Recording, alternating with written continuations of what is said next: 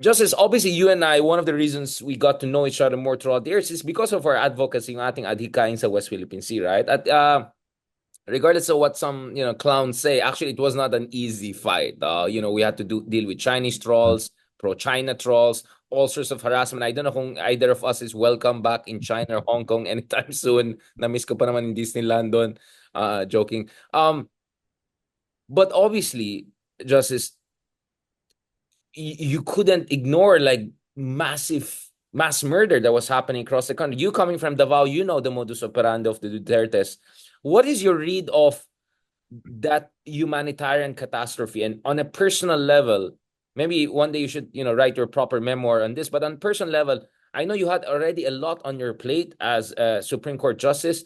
But how are you processing, both legally and emotionally, the fact that tens of thousands ng ating mga kababayan ay kinakatay? I mean, just to create this illusion na, Duterte is the man who brings law and order and all of that. I mean, some would even say that was fascist. Well, for fewer people killed, for fewer people massacred, maybe less than 100, a lot of military officers, politicians have been convicted of crimes against humanity. You are talking here officially of 6,000 people, but I was in the Supreme Court and we had that resolution. We quoted the PNP official publication that they had over 25,000. There were over 25,000 people killed in the drug war. And they were saying that these 6,000 were killed in police operations, and the rest were killed by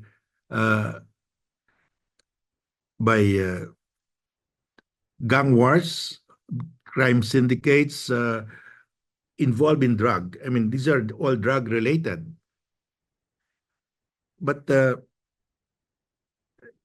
I don't think they were killing each other, all these drug lords. So, but it was part of the police report that these are the casualties in the drug war. So, but they pulled that out. They put that in the website of the PNP, but they pulled that out when we quoted it in our resolution. That they bannered it as an accomplishment. In fact, initially they thought it was an accomplishment, but when they realized that they're putting out figures, that's 25,000. I mean, the generals in the Serbian war were found guilty for less than how. I mean, fewer. Sila For Milosevic less and than all. 100 people killed, less than 20. So this one is really, I would call it epic proportions. Even 6,000 is a lot already. And to say that it reached 25,000, there's document the admission by the PNP, that's a lot of people. Yeah, I mean that's literally what you got after months of bombing of places like Gaza, right? That's where you get numbers like tens of thousands. Literally, when you're bombarding a place, that's where you get casualties of that scale, right? I mean, they're talking 20, 30,000. I mean, it's. I mean, when Justice this really dawned on me, the numbers is when I gave a talk in some event, no, and it was a youth event, and ano siya, yung buong Aranet, one of the stadiums dun sa Mall of Asia, and someone said the capacity is 25,000 and it's full, and I realized, so ganong kadaming namatay, right? If you put them, they will fill up the whole stadium. So yung scale, diba? Yung one thing is abstract, and then you like say, if all of these people were killed, that would be the number of EJK. Like, I mean, again, just as ikaw kasi you came from Davao, so you're familiar with the Dutertes, but you're a justice, you're a man of justice, literally, and figuratively. How are you processing this? Again, I know yung advice mo sa akin, like Richard, let's choose our battles, and you already had so many other issues, including West Philippines on your plate. But I mean, how do we make sense out of that? Manny Mogato, we had him, Pulitzer Prize winning journalist. He was talking about his own coping mechanisms with that catastrophe. I had Dr. Lele Claudio who said that that was a moral crisis, catastrophe. Some would call it a fascist takeover. How did you make sense out of this, Justice? Or you were just so busy you just had to just go leave it, like fight every day? Well, I think what dawned on me was the magnitude of people killed. 25,000 per official admission by the PNP, whether killed in operation or killed in the broader concept of a drug war, including gang wars involving drugs. That's too much. I mean, uh, by any definition, that's widespread. That's a crime against humanity. It's just too much. So I think it's something that we really have to face and to confront why it happened. Because if we don't confront that, it will happen again. And we should not be doing this to our own people. So uh, it's hard because our people have not really, uh, Come to I terms. think, realized the importance of this. I mean, this is a crime of epic proportions. Killing, even if you say there were only 6,000 people, that's still, I mean, Thousands. nobody has done that before. This So, is unprecedented, right? A drug yeah, war it's still killing tens of thousands. unprecedented. So, we have to come to grips with this, why this happened and why we failed to stop it.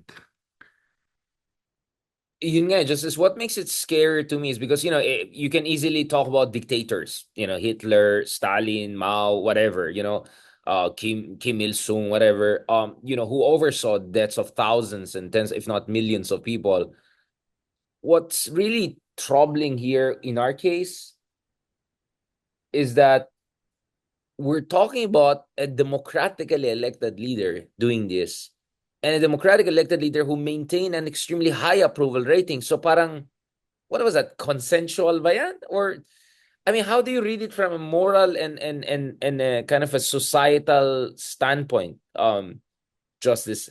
I mean, Well, obviously, yun I nga have eh. a theory on that, why this would not happen in the 60s. But in the late 70s, early 80s, 90s, our, before, when you watch a movie, when you watch a television show, there's always a lesson that the good will prevail over evil. That is always the lesson in all of those movies. But now, uh, ABS-CBN, because of the ratings war, they just dropped that. And they just catered to the whims of the public just to get the ratings. And so the senses of the people have been dulled to all of uh, these uh, bloody, murderous movies, no, or telenovelas. I mean, it's like it's normal to kill people. So you're talking about how corporate media desensitized Yes. public to violence. Yeah, we have dumbed down our people. We have removed their Critical thinking. conscience. Yeah. We have made them accept that this is an ordinary thing. Killing people is ordinary. So when it happens in real life, they just shrug their shoulders, Ako, naalala and ko that's yung, why yeah, uh, I'm amazed that, or really horrified that it's accepted,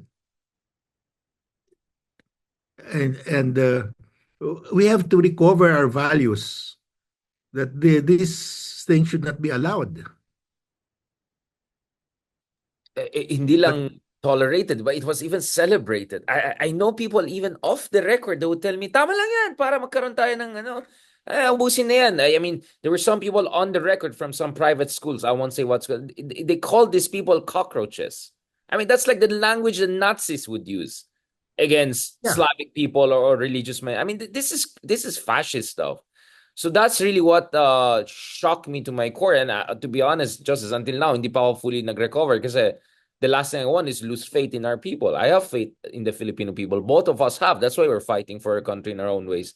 At the same time, we really have to come to terms with it. This was crazy stuff. Yeah, People we have cheering to on this. do a lot of re-educating, re-immersing ourselves with human values, because life has no more value now. Just as interesting, we had David Nye, former journalist who also worked with ABS-CBN before he went abroad. Nag-work siya eventually sa Global Times, diba? So he's now spilling the beans about Chinese propaganda.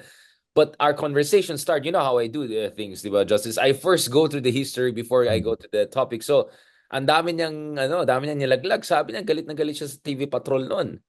Na not only itong binago yung lingwahe, pero naging sensationalist. And speaking of sensations, ako, pinakauna kong mga naalala sa TV Patrol is patay, patay, sanggol, patay, patay. Yung ganun, every day you hear patay, patay, patay. Like, that first, you're right, it desensitizes you. And second, it also creates this idea na parang ano na tayo, narco state na tayo, na parang grabe na. Well, so it was so easy for Duterte to come in and just say, tignan no, dami na mamatay. So kailangan yung katulad ko para matapos na to. Patay na natin lahat ng mga kriminal na yan, di ba?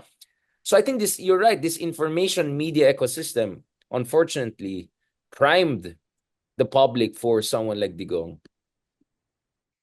Yeah, we in our movies, in our television shows, we have removed the moral of the story. There's no more moral. I mean, evil can triumph, and it's accepted already. So we have abandoned that the inculcation of values. So the media, TV, radio, have abandoned their mission of inculcating values on our people, and this is the result. And you have the result. People will say, hindi bali na nagnanakaw yung government official basta may parte kami. So, and everybody's doing it now because you know that if you steal from the government, as long as you give it to the people, they will still vote for you. And that's the big problem. We have descended so low already. Yeah, our standards are very low. But I think we have discussed a lot about Team Kadiliman. Doon naman tayo sa kabilang team for now, Justice. Let's talk about irregularities. I won't call it corruption. Para lang malaman ng tao we're fair, no? It's just at their levels. Mass murder for me is the worst evil that any president can do. Kaya for me, worst president pa rin si ano.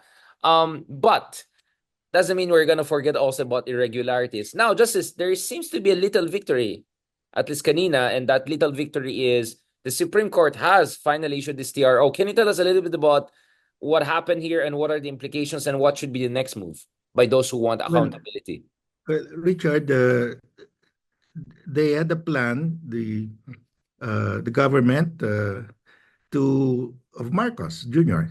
to transfer 89.9 billion, about 90 billion of trust funds of PhilHealth, to transfer it to the National Treasury. The National Treasury will give it to other agencies. We were able to stop the transfer of 30 billion only.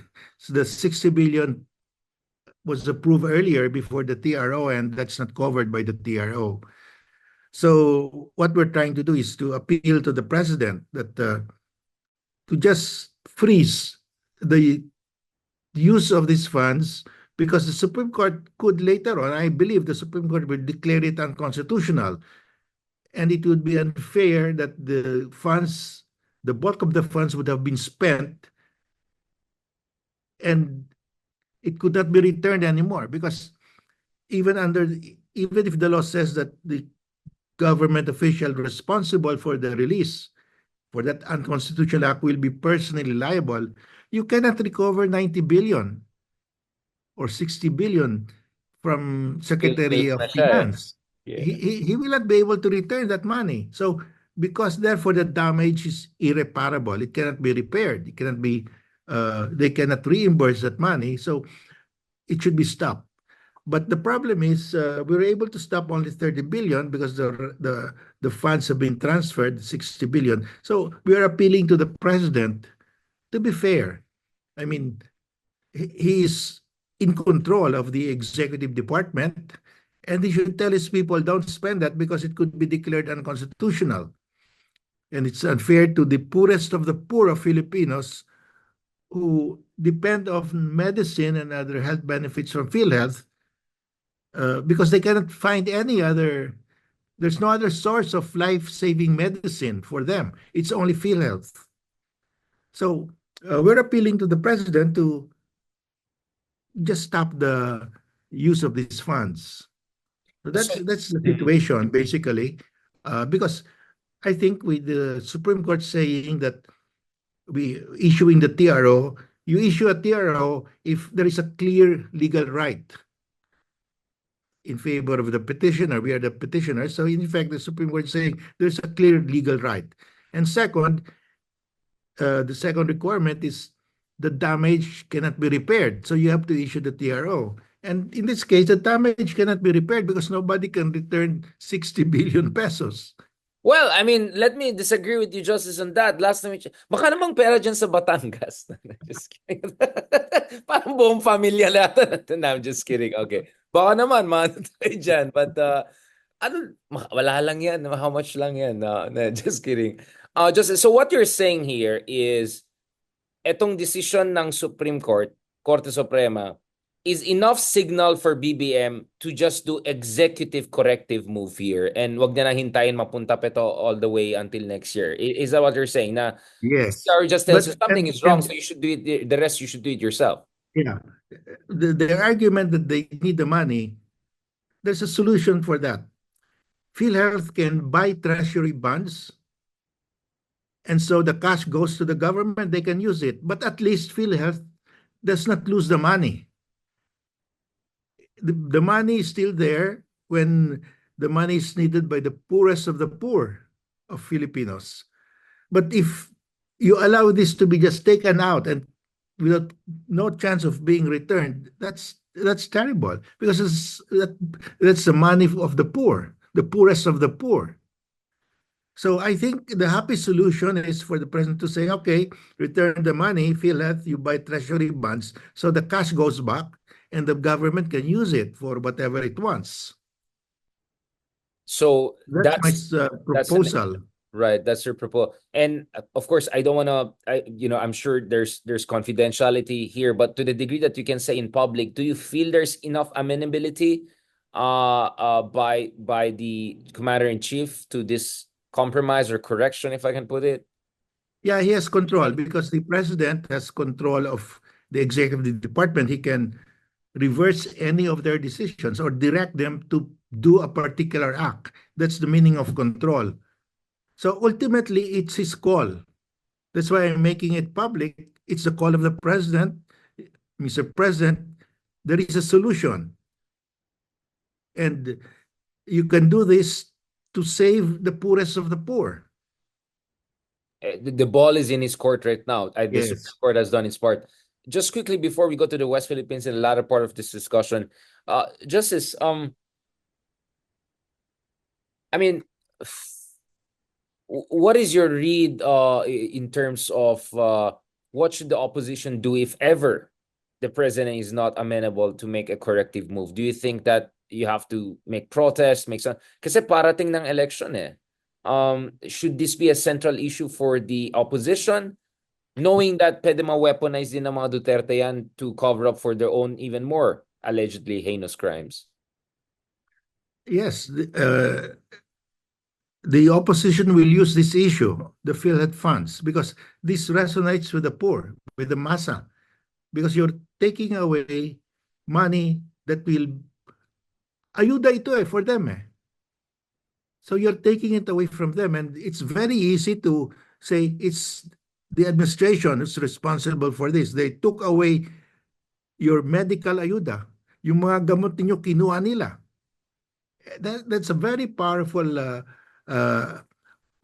argument against the administration. And I'm sure they will use it. They're starting to use it already. But to stop that from being used, the president can just order the return, and then PhilHealth can just buy treasury bonds. So the money goes back to the government, but at least it was not stolen from PhilHealth. Yun nga eh. Just last point before we transition to West Philippine Sea. Again, I don't know to what degree you can say this publicly. What do you feel about the role of with all due respect, to the Supreme Court? Because hindi ako nagsasabi yan, but a lot of people have been raising concerns about to what degree is the Supreme Court truly independent and has acted as a check and balance on the excesses of the executive, and especially after what happened to former Chief Justice Sereno. Many people have been talking about brazen politicization within the highest court of the land. Again, I understand this is sensitive for you because you spent some of those years inside when a lot of these trend lines were really reaching their apogee. But do you think that the Supreme Court is on the right direction now, especially since Duterte left? But doesn't that also say that they can only do their job best when there's no authoritarian leader? Therefore, they're not really that effective. You get what I'm saying? And it's a tough. I just want to get your point of view on this. The role of the Supreme Court as an institutional check and balance. Because we keep on talking about hearing, Senate, Congress, Quadcom. Saan yung Supreme Court, diba? What is your take on that, Justice? Well, as you know, Richard, a lot of people are getting disillusioned already because of corruption, because of political dynasties. Basically, those two. The third one is they call it the cheating in elections. Basically, those are the three issues raised by ANIM. You know ANIM, no? So, and the undercurrent here is because we're hopeless already, we cannot stop the corruption. They're advocating for RevGov, revolutionary government. I mean, they are laying to the public, okay, there's corruption. For every peso of government fund, maybe only 30 centavos are used